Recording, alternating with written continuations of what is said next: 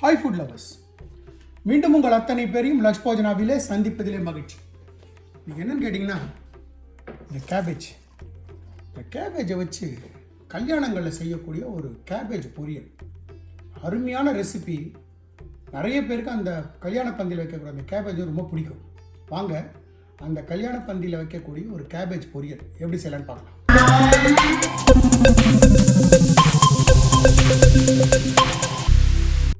நான் ஒரு பாத்திரம் வச்சு தண்ணி வச்சுருக்கேன். ஸ்டவ் ஆன் பண்ணுறேன்.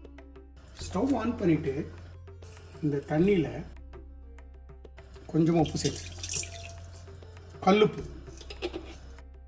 மூடி தண்ணி நல்லா கொதிக்கட்டும்.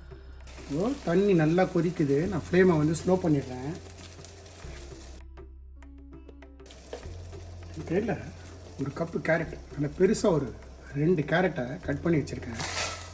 முதல்ல அந்த கேரட்டை சேர்த்துறேன். அது கூடவே ஒரு 10 பீன்ஸ் ஃபைனாக கட் பண்ணியிருக்கேன், அதையும் சேர்த்துறேன். ஒரு 1.5 டீஸ்பூன் பாசி பருப்பை தண்ணியில் ஊற வச்சு வச்சுருக்கேன், அதையும் சேர்த்துறேன்.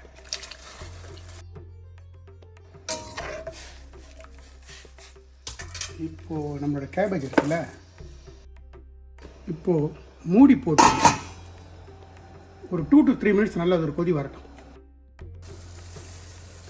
உங்களோட பீன்ஸும் கேரட்டும் நல்லா கொதிக்குது. இந்த ஸ்டேஜில் கேபேஜை சேர்த்து,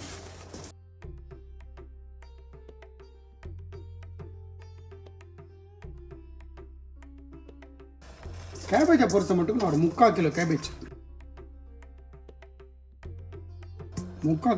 எடுத்துட்டுருக்கேன். நல்லா நீட்டு வாக்கில் கட் பண்ணியிருக்கேன்.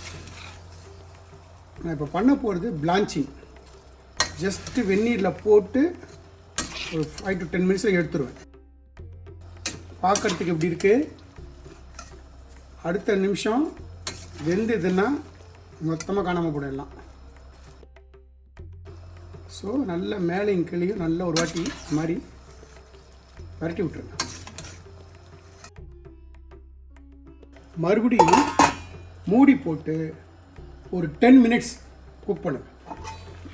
நல்ல ஒரு கொதி வருது. அந்த கேபேஜை போட்டு ஒரு 10 நிமிஷம் ஆச்சு. நான் வந்து ஸ்டவ் ஆஃப் பண்ணிடுறேன். ஆஃப் பண்ணிவிட்டு இதை வந்து என்ன பண்ணலாம், தண்ணியிலேருந்து வடிகட்டிடலாம். இப்போ இந்த மாதிரி அந்த கேபேஜை தண்ணியிலேருந்து எடுத்து வச்சுருக்கேன். இது சைடில் இருக்கட்டும். ஸ்டவ் ஆன் பண்ணி கடாயை வைக்கிறேன். கடாய் சுடட்டும். நம்ம வச்ச கடாய் சுட்டுடுத்து இந்த டிஷ்ஷை பொறுத்த மட்டுக்கும் தேங்காய் எண்ணெயில் தாளிக்கிறது ரொம்ப நல்லாயிருக்கும். நான் இப்போ தேங்காய் எண்ணெய் தான் தாளிக்க போகிறேன். நான் ஒரு 2 டீஸ்பூன் தேங்காய் எண்ணெய் விட்டுருக்கேன். நம்ம விட்ட எண்ணெய் சுட்டுடுத்து நான் 1 டீஸ்பூன் கடுகு சேர்த்து,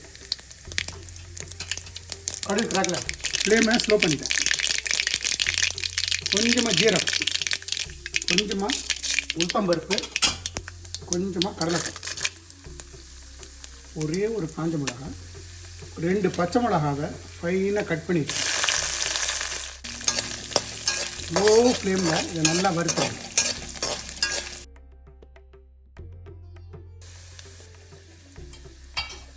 இந்த ஸ்டேஜில் கொஞ்சமாக இஞ்சி துருவி வச்சுருக்கேன், ஜூலியன் சாப்பிட்டு. அது கூடவே கொஞ்சமாக கருவேப்பிலை.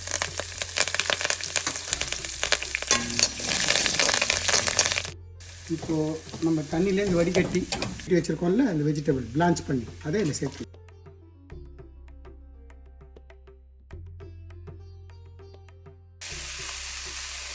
நல்லா போட்டுட்டு இந்த எண்ணெயில் நல்ல ஒரு பருட்டு பச்சிருக்கு. பெருங்காயத்தூள் சேர்த்துக்கிறேன். இந்த டிஷ்ஷுக்கு தேவையான சால்ட். ஏற்கனவே பிளான்ச் பண்ணும்போது கல்லுப்பு போட்டிருக்கேன். அதனால் உப்பு போட்டவங்க பார்த்து டேஸ்ட் பார்த்து, இப்போ நான் டேஸ்ட் பார்த்துட்டேன், எனக்கு தேவைப்படுது, அதனால் சேர்த்துக்கிறேன். போட்டு ஒரு 5 மினிட்ஸ் குக் பண்ணுங்கள். சரிங்களா? நம்மளுடைய கேபேஜு இந்த மாதிரி நல்லா எண்ணெயில் வதக்கி ஒரு 7 மினிட்ஸ் நல்லா குக் பண்ணிட்டேன். இந்த ஸ்டேஜில் நான் வந்து துருவின தேங்காய் சேர்த்து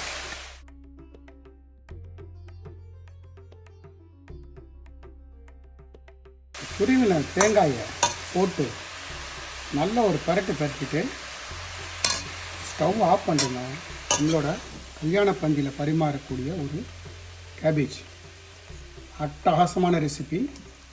ஃபினிஷ் பண்ணும்போது கொஞ்சமாக கொத்தமல்லியை தூவி ஃபினிஷ் பண்ணுறோம். நம்மளோட கேபேஜ் பொரியல், கல்யாண கேபேஜ் பொரியல் தயார். நம்ம கல்யாண பந்தியில் வைக்கக்கூடிய ஒரு கேபேஜ் பொரியல் அட்டகாசமான ரெசிபி. ரொம்ப சிம்பிள், ஆனால் கொஞ்சம் செய்முறை வித்தியாசம். பட் கல்யாணங்களை லார்ஜ் ஸ்கேலில் பண்ணும்போது துணியில் வச்சு இந்த கேபேஜ் நல்லா புழிஞ்சு எடுப்பாங்க.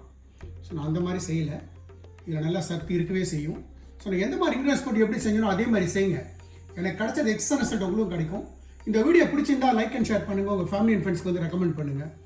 மறக்காமல் நம்ம சேனல் சப்ஸ்கிரைப் பண்ணுங்கள். அப்படி சப்ஸ்கிரைப் பண்ணும்போது பெல் ஐக்கானை கிளிக் பண்ண மறந்துடாதீங்க. தேங்க்ஸ் ஃபார் வாட்சிங் my all videos. Lakshman signing off from Lakshmojana.